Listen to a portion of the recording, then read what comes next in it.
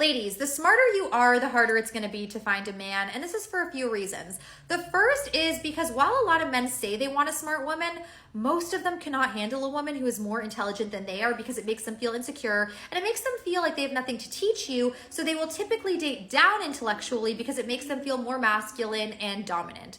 The second reason is the higher you go in IQ, the smaller your dating pool is going to be because most people are average to low IQ. So if you are intelligent, then you're just going to have less prospects who are able to stimulate you, and you're going to be bored by anyone who isn't. Now, should you dumb yourself down? I don't think so. I don't think that's a good solution. I think you have a few other options that are better. The first is stop dating guys who are super swagged out or super ripped or super hot but have nothing upstairs, because a lot of those men are overcompensating with their appearance for their lack of IQ. And I think it's a lot easier to date a nerd or a geek and change his outfit or change, how he looks than it is to change a guy like that upstairs. The second is seek out hobbies where you're going to meet guys who are more intellectual. Think about politics or book clubs, right? And last, be patient. Those men are out there. It just might take a little longer to meet them, but don't settle for a guy who you can't have a real conversation with because you just want a relationship, because it's going to lead to resentment. Let me put you all in a little game. When I was younger, I used to loathe the statement, well, you're just really intimidating. I used to hate it. I was like, why does no one hit on me? Why does no one come up to me in the club, when I'm at a restaurant, when I'm out by myself, taking myself on a date? Ain't nobody coming up to me. Ain't nobody hitting on me. Let me tell you, at 27 years old, it is the best gift I could ever fucking ask for, okay? And let me tell you why. As much as y'all like to say that men are stupid, let me tell you one thing about men. Men know who they can play with and fuck around on, okay? As an intimidating woman, I don't get fucked around on or played.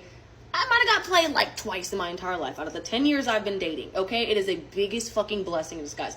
Is it annoying when I go with my girlfriends and I'm sitting there and we're all having a good time, and then all the guys are going up to my other girlfriends? Yes, duh. But it means that I'm unfuckwittable, okay? And I'll take that any day over the shit that my girlfriends be fucking complaining about and crying about. And this guy didn't do this, and this guy cheated, and cannot relate, because the way that I present myself out in public, I always walk with my shoulders back and my head high, serious ass face. And I smile at anybody who smiles at me first, but I'm not walking around with a little sedity happy smile on my face. No.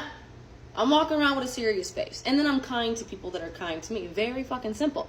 But men know who the fuck they can play with. That's why being intimidating is a good thing. And men can call you a bitch. Look, the right man is not going to find your intimidation unattractive. He's going to find it amazing and like a challenge. Men like challenges or shit, whatever.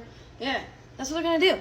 So who cares about being intimidating? It's frustrating, yes. Being intimidating just wards off the weirdos and the players and stuff. So count yourself lucky, okay? I absolutely love that you brought this up, because I feel like I could fit under the label of alpha female, whether that's just my personality type, because I'm a Leo, the way that I lead, I would think with strength. But then it makes me think, do people have this label alpha female because we lean more on our mass energy when it comes to leading? There's also research out there that says that like alpha females don't run in packs. The way that they lead, it comes from a different space. And I've seen some people in the comments also talk about like this is how they are when it comes to handling business and such. But then as an alpha female, somebody who identifies as that, this is where I have to lean on my feminine energy that allows me to connect with other people when it comes to relationships and emotions, and just really sitting with myself and others. Because if I'm always leading from this alpha female space, it's going to prevent me from growing in relationship with people and really being relatable and trustworthy and being able to lead and be the relationship person that I want to be. So let's look into that. Let's talk about it. This is for all my alpha females. If you consider yourself an alpha female, make sure and save this, because this is going to change your life. My name is Katie Henricks, and I am a relationship and intimacy coach. I work with women in the areas of relationship, body image, and sexuality. And one of the things that I help women uncover and kind of come back to is working within their feminine energy. What even is feminine energy, and why is it so effing powerful? Well, because I know that we've been taught that feminine energy is like submissive and it's soft and it's sweet and it's joyful, but I want to help you reframe your idea of what feminine energy actually is, because it's the most powerful tool you can have as a woman, period. And that's not because you can use it to manipulate people, or get your way or get the upper hand. That's not used as a weapon. Feminine energy is all about having agency and discernment, but keeping your heart open. It also means that we have access to our desire, to our voice, and we have access to the way that our bodies are constantly communicating to us. Feminine energy is a relationship. It is also a language of women. So sure, it can be soft and subtle and nurturing and lighthearted and joyous and full of innocence, maybe. It also is the most destructive, deepest, most reverent place you will ever have access to. So I think when most of us have been fed this terminology that if you are strong and independent and make your own money and have your life together and know what you want and hold steady in your worth, that you are an alpha female. And I'm not going to disagree with you on that. Maybe you are an alpha female. But there's something here that's even more important, so listen up. Using the terminology alpha female is all about the ego. It is a way to signal to other people that you should not be fucked with.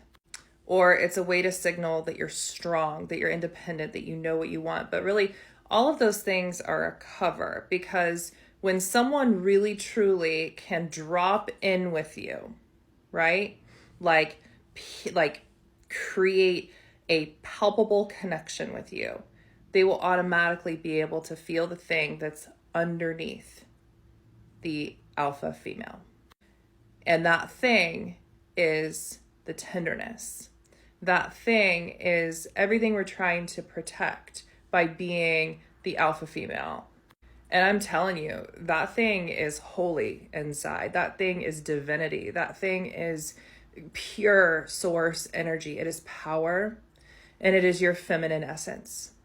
So if you are a powerful woman who likes to attach the title of being an alpha female, I want you to drop that title right now, because that is not you in your power, not your true power. Is it powerful? Yeah, but it's also a protection, right? It's armor.